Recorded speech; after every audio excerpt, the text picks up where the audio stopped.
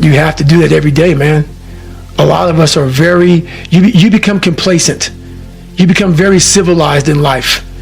You know, the worst thing that can happen to a person is you become civilized. When you get to that point where you believe that you've arrived, my God, man, I'm up there near Michelle Obama on my book. I've done it, man. I'm good. I don't have to be a wildland firefighter, man. I retired from the military. I ain't got to go out there and dig fire line for 3 miles. I'm 43, man. I've done it. And that's exactly when it's over. I'm not saying you can go as hard as you did when you were 20 or now at 43, but there's a new bar that you must always set in your life. And once you become complacent and you become civilized, you've arrived, you're no good for anybody. I go back to the sewer, and the sewer is that $7 a month place I once lived in as a young kid.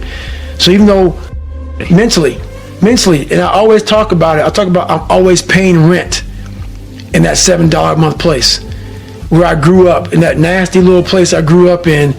I remember it. I remember like it was yesterday, and I'm glad I do. I never want to forget the dungeon of where I come from. Even though it's real spooky and it's scary and there's no lights on in there and there's cobwebs and some creepy motherfuckers in there, some demons, all those motherfuckers in there made me Goggins, made me who I am today. That's where the strength came from. You got to go back to the beginning, to the fundamentals of life. Is I cannot get away from who the fuck I am. Who I am is who I'm proud of. I'm very proud of the hardworking, calloused hands, calloused mind, human being that I literally made this person with a lot of help from above, a lot of guidance from saying you're going to go left when you should go right. That horrible voice that wouldn't let me get away from myself and hide forever. I listened to it. And the only way you can set the example is you have to always be willing to work. I don't follow people who talk about what they used to do in life. I don't give a fuck what you used to do. I don't care that, you used to be the best mother. I don't care. What are you doing today? You may not be that person now, but what are you still doing to try to excel in life? And a lot of people now are talking. I hear so much talk. I don't hear a lot of work. I hear a lot of people telling you what you should be doing, how you should be doing it, how you should be fucking living. And I look at them and you're fat, you're out of shape, you look like shit, but you're telling a motherfucker how to live.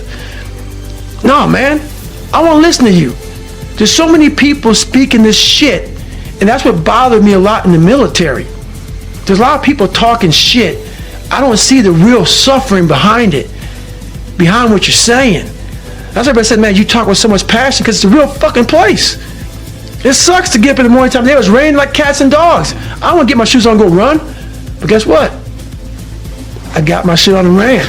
What you don't have is you haven't prioritized your life correctly. We all have time. We all have time. What you've done wrong is that you didn't prioritize yourself. You didn't prioritize that, look, motherfucker, I got to get up and win this war today against myself. I need to look better. I need to feel better. I need to eat better. I need to prioritize time. It's unreal how much time you waste during the day. And most of it is on these fucking computers, phones, Instagramming back and forth, whatever the heck you call this shit nowadays, tweeting and texting and shit. We waste so much time on our little gadgets. It's unreal. And we talk about we have no time. If you really you have to take your day and write down this one day. Everything you do, write that down, and you're like, my God, I am wasting so much time on frivolous bullshit. It's not even funny. I mean, it will, if it doesn't infuriate you, it should. Because there's so much time. I can't get it in. Look at your schedule. You just wasted 7 hours today on bullshit. I mean, and you don't have an hour a day to try to get something in for yourself. I guarantee everybody can find an hour. It's fucking miserable. It is miserable. I mean, to get up every day or 5 days a week, whatever, when it's snowing, shiny, not shiny, not comfortable, and to go in the gym and work out when you don't want to go to the gym, it is not fun. If you don't see results in the first 2 days or the first week, I'm done. That's the mentality of most people. The struggle is too real. We're not patient. We like in a world where you can Google the best restaurants around me right now, no one is patient. And for you to lose weight, for you to stop drinking, if you whatever the hell you're going through, it takes a lot of patience, a lot of time, and a lot of pitfalls, a lot of plateaus. You're gonna hit so many fucking plateaus. If you don't know how to get around that plateau, it's not gonna happen fast. Sacrifice. What does that mean, sacrifice? Well, it's a discovery, man. It's the discovery of the future. It's like the future is actually the place where there is threat. And it's always going to be there. So what do? You make sacrifices in the present so that the future is better. Right. Everyone does that. That's what you're doing right now. That's what you're doing here. That's what your parents are doing when they pay money to send you to university. They think, you can bargain with reality. It's amazing. You can bargain with reality. You can forestall gratification now. And it'll pay off at a place and time that doesn't even exist yet. It's like, who would have believed that? It's like, that's a miracle that occurs. And it's not like people just figured that out overnight. You know, we were chimps, for Christ's sake. Like, how are we going to come up with an idea like that? Well, it's like, well, we thought about it for 7 million years. And, you know, we got to the point where we could kind of act it out. But we didn't know what we were doing. But it emerged as like a dream. So the terror of the future is a dream. And the solution to the terror, the dream of the terror of the future, is another dream. And it comes out in mythology and in fantasy and in drama, where you act out the sacrifice. And then it's a step on the way to full understanding.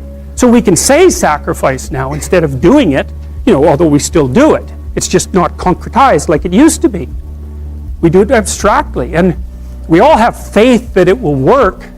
You know, and we also set up our society so that it'll work. And one thing about, you know, I'm not a fan of moral relativism for a variety of reasons, partly because I think it's an extreme form of cowardice. But anyways, apart from that, no. There's minimal ways that you can set up a society that will work. And so one of them is that the society has to be set up so that your sacrifices will pay off or you won't work, and then the society will die. And so it has to make promises. People have to make promises to one another. And that's what money is. Money is a promise that your sacrifice will pay off in the future. That's what money is. And so if the society is stable, you can store up your work right now. You can sacrifice your impulses and you can work and you can store up credit for the future. And then you can make the future a better place. But society has to be stable enough to allow for that. Hyperinflation will do you in. So the promise that's implicit in the currency is the promise that what you're doing now will pay off in the future. And if people don't have that promise, then, well, we know what they do. Because in gangs, for example, in, say, gangs in North America, the time horizon of the gang members shrinks rapidly because they don't really expect to be alive much past 21. And so they get really impulsive and like, why the hell not? That's what you do when the future doesn't matter, when it's not real. You default back to living in the moment and you take what you can get right now. And no wonder, because you don't know if you're going to be around in a year. And you get whatever you can, well, you can bloody well get it. And that's like anarchy, that state. And so you don't want to live in, some people like to live in that state because they're really wired for that, you know. And so they're much more comfortable in those conditions. They're kind of like warrior types, I would say, in some sense. But, you know, for most people, that's just, well, that stress will just do you in, you know, the stress of a life like that.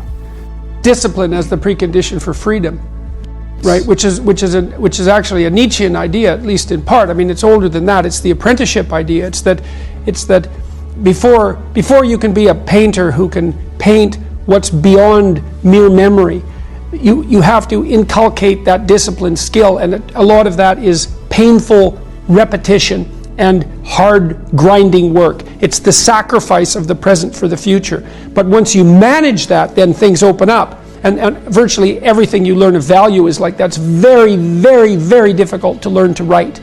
And there's arbitrary rules that you have to follow and bind yourself to. And while you're learning those rules, the probability that you have any creative freedom to speak of or any facility with the rules is very low. You're a rank beginner. And even to some degree, whatever creativity you have is going to have to be stifled while you're passing through that keyhole. But if you pass through it, then something massive opens up on the other side. That's why we have disciplines, right? I mean, the words aren't there by accident. You have to narrow yourself first, and then you can broaden outward.